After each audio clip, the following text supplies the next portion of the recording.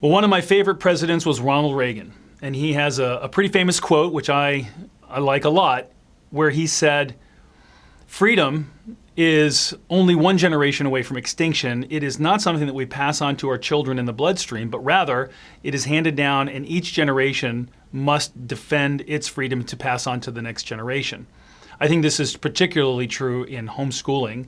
And as we see around us, concerns about loss of freedoms, whether it's civil liberties or different areas where we feel that our freedoms are being restricted and our ability to make our own choices are restricted, we need to remember that freedom is not free. Freedom is purchased with effort, with attention, with organization, with the work of citizens. In a country like ours where we live, a republic, a country that is founded on the idea of governing by the consent of the people, meaning that we, the people, are ultimately the governing authority. In that kind of a country, we have a responsibility to work for and preserve our freedom now and for future generations. And if we fail to do that, then we fail to preserve the freedom and pass it on to our children and their grandchildren. If we're concerned about this liberty and the constraints that it imposes on our rights as parents to make good decisions for our children, then we have to do something about it. We have to support organizations. We have to get involved. We have to perhaps even step up and run for office. We have to support those who agree with our vision for a society in which government is best, which governs least. The right to homeschool is based on the presumption that parents have a fundamental right to direct the education of their children. It is important that as a community we support this fundamental right and that we work to ensure that government respects that right. We can do that by supporting the passage of laws that respect this right, by supporting the election of citizens to legislatures and to judgeships and to positions of authority who respect this right.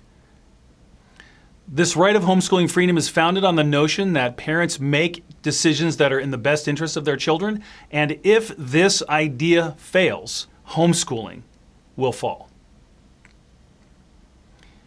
Homeschooling has thrived in the United States, where there is a culture of respect for difference, where there is a culture of respect for individual liberty, where the right of parents to make decisions for their children has been respected at all levels of government. It's recognized by our Supreme Court. Many state Supreme Courts have also recognized this right, and our laws also respect and recognize this right. But that is not the case in many other countries, particularly in countries in Europe and in other Western countries, where parents are viewed more with suspicion than with respect. What you see in these countries, especially as it relates to homeschooling, and this has been a tragic development over the last 10 years, as the pendulum of freedom swings in the wrong direction, we find that in countries like the United Kingdom, even, a country that is much more closely aligned with ours in terms of its ideas of respect for parental liberty, even there is a pressure being brought to bear on parents, on homeschoolers, where government is seeking to impose more restrictions and more burdens. You see that not only in homeschooling, but even in the area of private education, where the National Department for Education in the United Kingdom has gone after and closed down schools, Christian schools, where inspectors determined that they didn't like the values that were being taught by these Christian schools. And these were basic Christian values. We're not talking about crazy ideas here. What we've seen in the United Kingdom is efforts by the Department for Education, the education bureaucrats, to seek to impose additional, I would suggest unreasonable restrictions on homeschooling families, seeking to have them register their existence, looking to have the authorities have more control and more supervision over what's happening in those families who are choosing to home educate their children. This is not the tradition of home education in the United Kingdom, which has been free for many decades. But that is what's happening in recent years. We see this in other countries in Europe.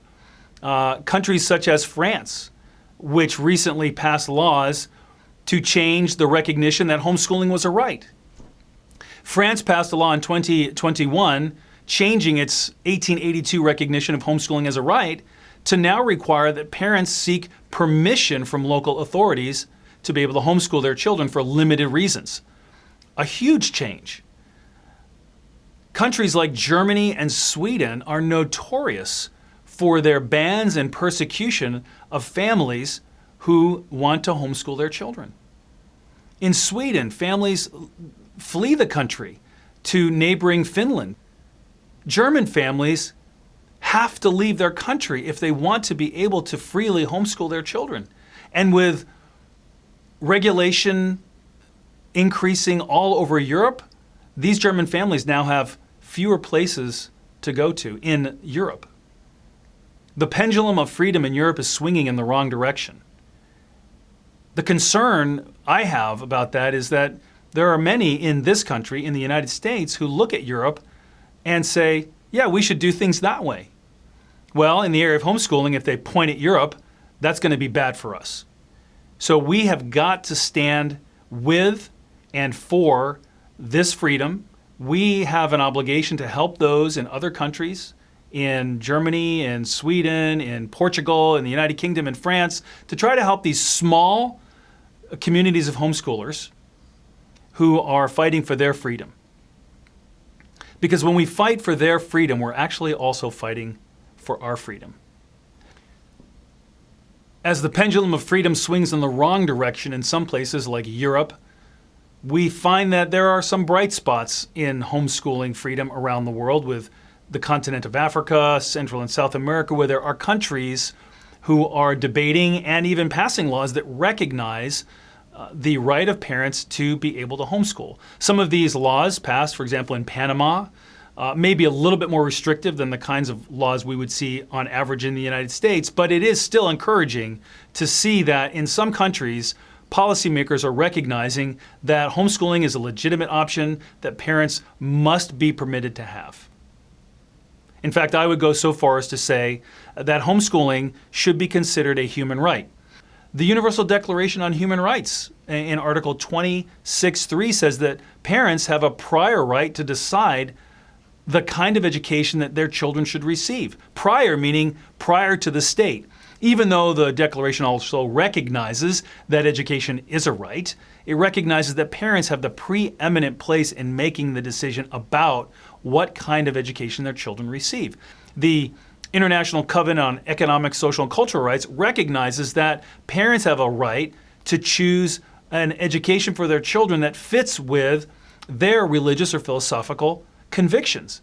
Now, we see in these countries that there are these treaties and these rights, but yet we see government action to foreclose or to restrict these rights, which is why it's so important for us to advocate.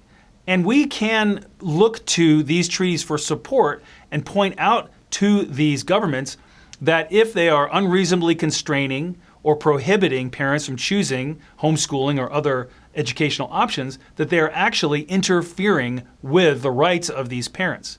I'm reminded of the story of Jonas Himmelstrand of Sweden. Jonas is a friend of mine and was one of the founders of an organization that I work with, the Global Home Education Exchange Council, a global network designed to support the growth of homeschooling freedom by helping homeschool organizations in other countries get started and connecting leaders and advocating for good policy. And Jonas and his family were in Sweden homeschooling their children, one of whom had some special learning needs and just wasn't doing well in school. Jonas was faced with court action from the local authorities who refused after a while to give him permission to homeschool. Ultimately, Jonas had to make the choice.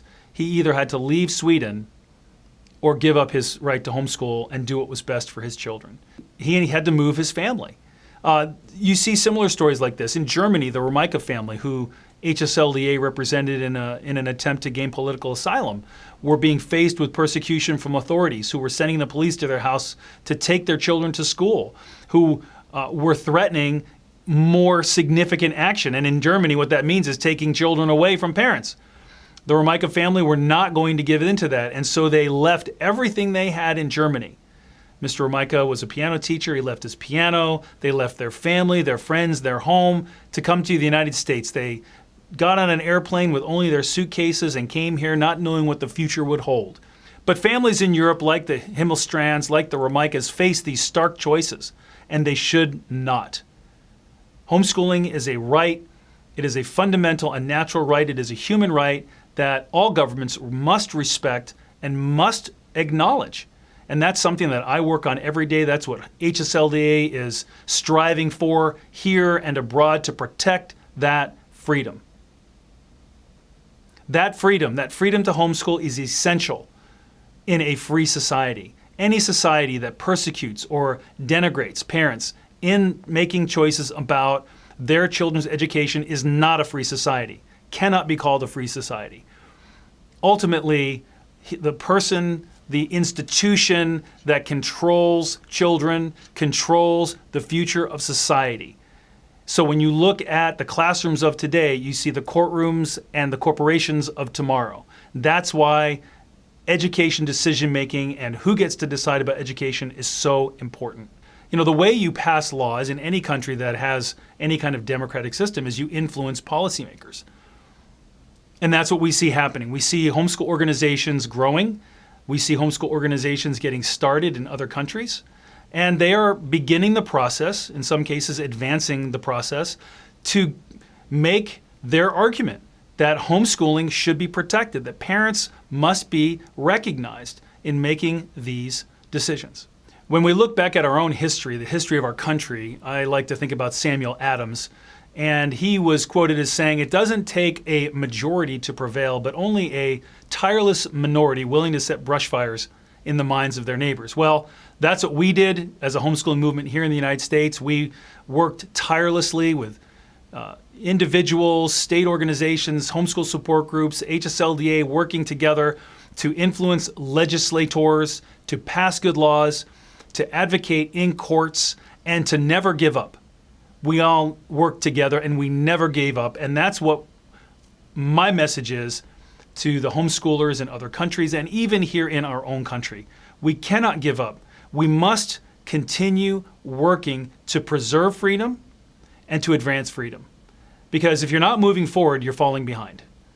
We always have to be working, because those who oppose our ideas, those who would seek to restrict our decision making and do what's best for our children, they're not stopping. They continue to work all the time. So that means we also have to work. And so what you can do as a homeschool family, as a homeschool parent, maybe you're not involved in an organization, maybe you're not in a support group, but you can step up. Maybe you can step up and exercise leadership and start a support group, or contribute and volunteer on the board of your support group, or get involved in your state organization, or run for office and exercise decision making to preserve and protect the freedom that you believe is so precious as we do. Together, we can make homeschooling freely available, freely accessible to as many people as possible. In fact, that's our mission at HSLDA, is to make homeschooling possible. We want to make it possible for everyone, everywhere, because we believe in homeschooling. We believe that parents investing in their children, choosing to homeschool their children, is a blessing. It's a blessing for the family. It's a blessing for the child. It creates strong families. It creates strong communities. And strong communities create strong countries. Homeschooling is good for countries. Homeschooling allows children to flourish. It allows children the opportunity to experience freedom to learn, freedom to explore, freedom to find out how they're made, who they're designed to be, in a way that isn't possible in other modes of education. Homeschooling allows parents the kind of influence that results in children who are confident, who are forgiving, who are purposeful in life. Children who are comfortable with who they are because they've been able to discover that for themselves. When you have families, strong families, and a family can be strong even if there's only one parent. You know, there's lots of different kinds of families in the world. And even in families like that, children can flourish, children can thrive when parents are investing in them and they feel secure in their family. We all need to have that kind of security, and homeschooling can deliver that kind of emotional, spiritual security that just isn't available in other places. Freedom is about being free to pursue your dream. And that's what homeschooling allows parents to do for their children. And so when we allow that to happen, when we support that in our country, in our community, in our state, that is a powerful contributor to freedom.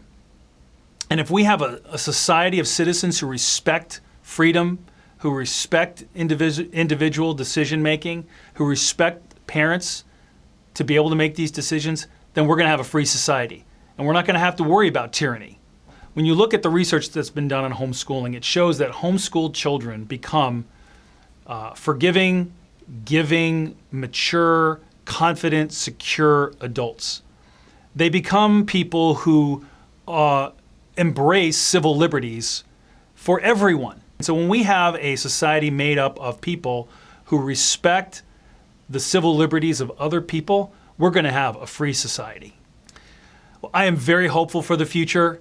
I believe that homeschooling is a reason for us to be hopeful for the future. We see in the United States of America and in other countries all over the world growing homeschooling communities. What that tells me is that parents have decided that they are going to act, that they are going to take control of their children's future, and they are going to invest in that future. They are going to work to make homeschooling freely available and accessible in their countries. And that's going to be difficult. In some countries, it's going to be very difficult.